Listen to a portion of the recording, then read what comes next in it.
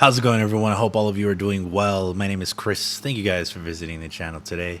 In today's video, I just kind of want to go over some basic Roland SP404.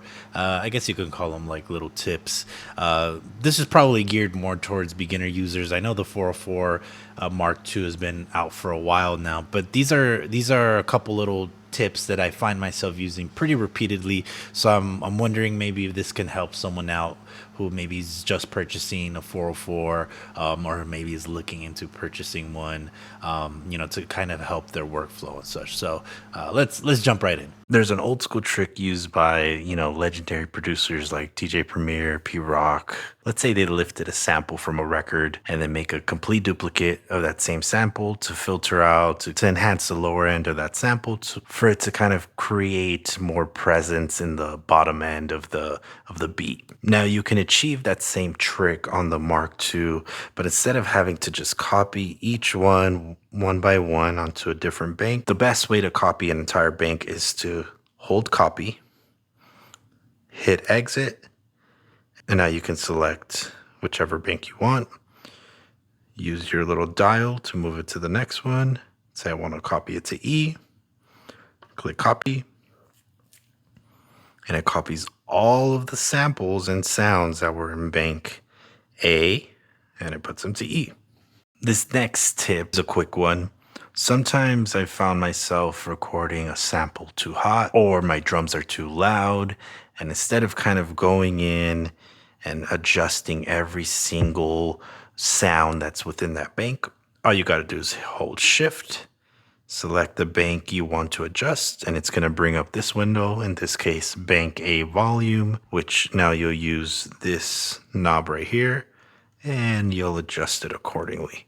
Now this means that everything in your bank will be lowered by 70%, let's say.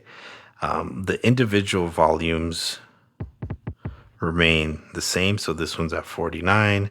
If I bump it to 127, right?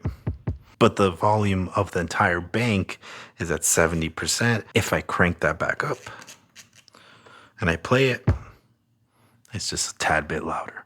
One of the cool features that's offered by the Roland SP404 Mark II is the 16 velocity. By selecting your sound, in my case, a kick drum, and hitting shift velocity, it brings up this window, and now I can play my kick drum at different velocity, which allows it to be a lot more dynamic. My only complaint with this method is that it does not let me go into the pattern select window, so I have to resample in order for me to record my kick drum at a different velocity, which in my opinion is far too tedious and too time consuming. So the workaround that I would like to offer, you select copy, you copy your main sound, copy it into the next pad, and now I can click my sound, pitch / speed, and adjust the volume accordingly.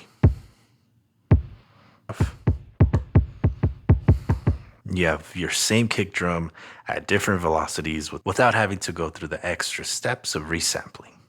This last and final tip that I have for you guys is one that I find myself using often. When I want to adjust the pitch, I don't want to do it for every single pad. I want to be able to adjust it on all pads pretty much at the same time. The best way to do that is go ahead and select the pad, adjust your pitch to whichever you want, click remain, impacts every single pad that you have. Pretty easy, huh?